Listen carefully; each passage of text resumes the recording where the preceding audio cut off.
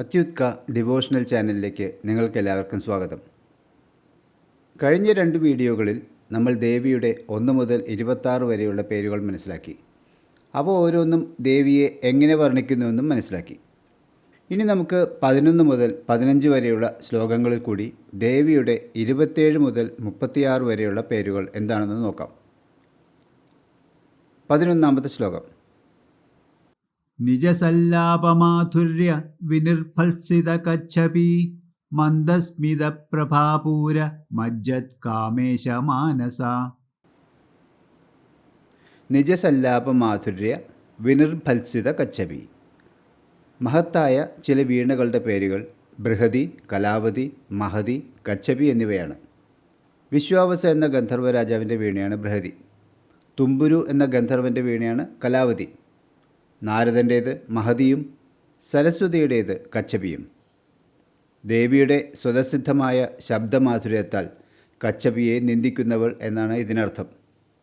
കച്ഛപിയുടെ മധുരനാദത്തേക്കാൾ എത്രയോ മടങ്ങ് മാധുര്യമുള്ളതാണ് ദേവിയുടെ സ്വരമെന്ന് ഈ നാമം കാണിക്കുന്നു. മന്ദസ്മിത പ്രഭാപൂര മജ്ജത് കാമേശ മാനസ. സ്വന്തം മന്ദഹാസത്തിൽ കാമേശൻ്റെ, അതായത് ശിവൻ്റെ മനസ്സിനെ നിമജ്ജമാക്കുന്നവൾ എന്നർത്ഥം. നിമജ്ജമാക്കുക എന്നാൽ മുക്കുക, കുളിക്കുക എന്നൊക്കെ പറയാം.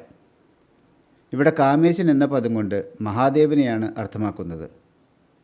കാമേശ്വരൻ്റെ മനസ്സ് ദേവിയുടെ മന്ദഹാസത്തിൽ നിമജ്ജമായി എന്നാണ് ഇതുകൊണ്ട് അർത്ഥമാക്കുന്നത്. 12ാമത്തെ ശ്ലോകം. അനാകലിത സാദൃശ്യ ചിബുകശ്രീ വിരാജിത കാമേശബദ്ധമാംഗല്യ സൂത്രശോഭിത ഗന്ധര. അനാകലിത സാദൃശ്യ ചിബുക ശ്രീ വിരാജിത. ചിബുകം എന്നാൽ താടി. ഉപമിക്കാനാവാത്ത താടി അഴകിനാൽ ശോഭിക്കുന്ന ദേവി എന്നാണ് ഇതിനർത്ഥം. ദേവിയുടെ താടിയെ മറ്റൊന്നുമായി ഉപമിക്കാനാവില്ല, അത്രയധികം സുന്ദരമാണെന്ന് പറയുന്നു. കാമേശബദ്ധമാംഗല്യ സൂത്ര ശോഭിത കന്ധര. കന്ധര എന്ന പദം കൊണ്ട് ദേവിയുടെ കഴുത്തിനെ അർത്ഥമാക്കുന്നു. കാമേശ്വരനാൽ, അതായത് ശിവനാൽ കഴുത്തിൽ ബന്ധിക്കപ്പെട്ട, അതായത് കെട്ടിയ മാംഗല്യസൂത്രത്താൽ ശോഭിക്കുന്നവൾ എന്നാണ് ഇതിനർത്ഥം. ലളിതാ ത്രിപുരസുന്ദരി ചിദഗ്നികുണ്ഡത്തിൽ നിന്ന് ഉത്ഭവിച്ച ഉടൻ തന്നെ മഹാരാജ്ഞിയായി അഭിഷേകം ചെയ്യുവാൻ വേണ്ടി ദേവന്മാരുടെ പ്രാർത്ഥന കൈക്കൊണ്ട് ശിവൻ കാമേശ്വരനായി പ്രത്യക്ഷപ്പെട്ടു. ഒരിക്കൽ ശിവൻ കാമദേവനെ തൻ്റെ 3ാം തൃക്കണ്ണ് തുറന്ന് ഭസ്മമാക്കി. എന്നാൽ ദേവി കാമദേവനെ പുനരുജ്ജീവിപ്പിച്ച് ശിവനെ കാമൻ്റെ ഈശനാക്കി. അതിനാൽ ശിവൻ കാമേശ്വരൻ എന്ന പേരിൽ അറിയപ്പെടുന്നു. ഇവിടെ ദേവിയുടെ കഴുത്തിനെയാണ് വർണ്ണിക്കുന്നത്. 13ാമത്തെ ശ്ലോകം. കനകാംഗദ കേയൂര കമനീയ ഭുജാന്വിത രത്നഗ്രൈവേയ ചിന്താക ലോലമുക്താഫലാന്വിത. കനകാംഗത കേയൂര കമനീയ ഭുജാന്വിത. കേയൂരമെന്നാൽ കൈത്തണ്ടയുടെ പേശിക്ക് തൊട്ടുമുകളിൽ കൈയുടെ മുകൾ ഭാഗത്ത് അണിഞ്ഞിരിക്കുന്ന ഒരു പരന്ന ആഭരണമാണ്. കനകമയമായ കൈവളകളെക്കൊണ്ടും കൈക്കെട്ടുകളെക്കൊണ്ടും അതിമനോഹരമായ ഭുജങ്ങളോട് കൂടിയവൾ എന്നാണ് ഈ നാമത്തിൻ്റെ അർത്ഥം. രത്നഗ്രൈവേയ ചിന്താകലോല മുക്താഫലാന്വിത. ഗ്രൈവേയം എന്നാൽ നെക്ലേസ് എന്ന് പറയാം. കഴുത്തിൽ മുറുക്കിക്കെട്ടുന്ന ഒരു ആഭരണമാണ് ഗ്രൈവേയം. ദേവിയുടെ കഴുത്തിൽ അണിഞ്ഞിരിക്കുന്ന രത്നങ്ങളാൽ അലങ്കരിച്ച ആഭരണത്തെക്കുറിച്ച് ഇവിടെ വർണ്ണിക്കുന്നു. ഗ്രൈവേയ ചിന്താകലോലമുക്ത എന്നതുകൊണ്ട് ദേവിയുടെ 3 തരത്തിലുള്ള ഉപാസകന്മാരെക്കുറിച്ച് വർണ്ണിക്കുന്നു. ഇവർ യഥാക്രമം ഗ്രൈവേയ ചിന്തകന്മാർ, ലോലന്മാർ, മുക്തന്മാർ എന്ന് പറയപ്പെടുന്നു. ഗ്രൈവേയ ചിന്തകർ ദേവിയുടെ കഴുത്തിൻ്റെ മനോഹാരിതയെ സ്തുതിക്കുന്നവരും കഴുത്തുവരെ മാത്രമേ ദേവിയെ ധ്യാനിക്കാൻ ഉപയോഗിക്കുന്നുള്ളൂ എന്നും പറയുന്നു. എന്നാൽ ലോലന്മാർ ഒരു നിമിഷം ദേവിയിൽ ചിന്ത നിർത്തി അടുത്ത ക്ഷണത്തിൽ ലൗകിക കാര്യങ്ങളിൽ ഏർപ്പെടുന്നവരും മുക്തന്മാർ ഏകാഗ്രമായി ദേവിയെ ആരാധിക്കുന്നവരുമാണ്. മുക്തന്മാരാണ് ഉത്തമ ഭക്തന്മാരായി കണക്കാക്കപ്പെടുന്നത്. രത്നഖചിതമായ കണ്ഠാഭരണത്തോടുകൂടി ശോഭിക്കുന്ന ദേവി എന്നാണ് ഈ നാമം വർണ്ണിക്കുന്നത്. അടുത്തത് 14ാമത്തെ ശ്ലോകം.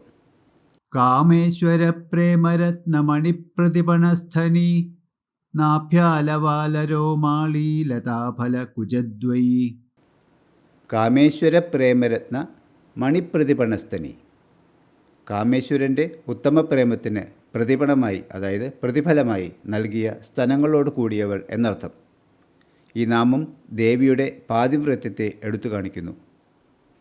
കാമേശ്വരൻ്റെ അമിതമായ പ്രേമത്തിന് അതിനിരട്ടി തനിക്ക് തിരിച്ചും സ്നേഹമുണ്ടെന്ന് കാണിക്കാനാണോ ദേവി തൻ്റെ 2 സ്തനങ്ങളും കാമേശ്വരന് കാഴ്ചവെച്ചതെന്ന് ചിലർ വ്യാഖ്യാനിക്കുന്നു.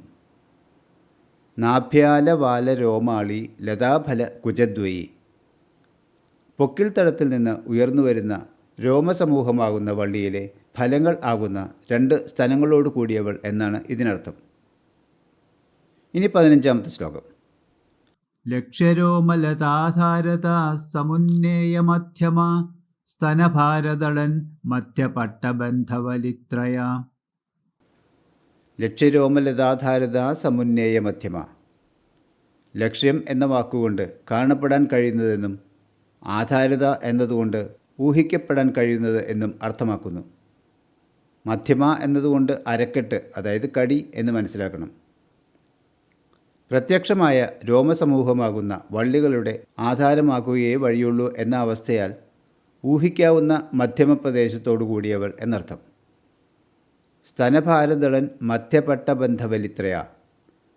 സ്തനങ്ങളുടെ ഭാരത്താൽ ഒടിഞ്ഞു പോകാതിരിക്കാനായി സ്വർണം കൊണ്ടുള്ള 3 പട്ടകളോട്, അതായത് ബാൻഡുകളോട് ഉപമിക്കാവുന്ന 3 മടക്കുകളോടെയുള്ള ഉദരത്തോടു കൂടിയവൾ എന്ന് പറയുന്നു. ദേവിയുടെ അരക്കെട്ട് പൊതുവെ മെലിഞ്ഞതായിട്ടാണ് വർണ്ണിക്കുന്നത്. കൈകൾ മുതൽ ഉദരം വരെ ദേവിയുടെ സ്ഥൂല ശരീരത്തെക്കുറിച്ചുള്ള വർണ്ണനയാണ് നമ്മൾ ഇതുവരെയുള്ള നാമങ്ങളിൽ കണ്ടത്.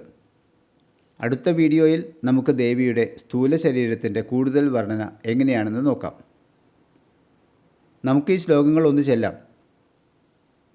നിജസല്ലാപമാധുര്യ വിനിർഭത്സിത കച്ഛപി മന്ദസ്മിത പ്രഭാപൂര മജ്ജത് കാമേശ മാനസ.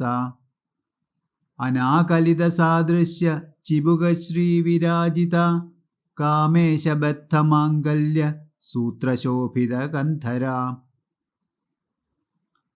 കനകാംഗദ കേയൂര കമനീയ ഭുജാന്വിത രത്നഗ്രൈവേയ ചിന്താക ലോലമുക്താ ഫലാന്വിത. കാമേശ്വര പ്രേമരത്നമണിപ്രതിപണസ്ഥനി നാഭ്യാലവാലരോമാളീ ലതാഫല കുജദ്വയി.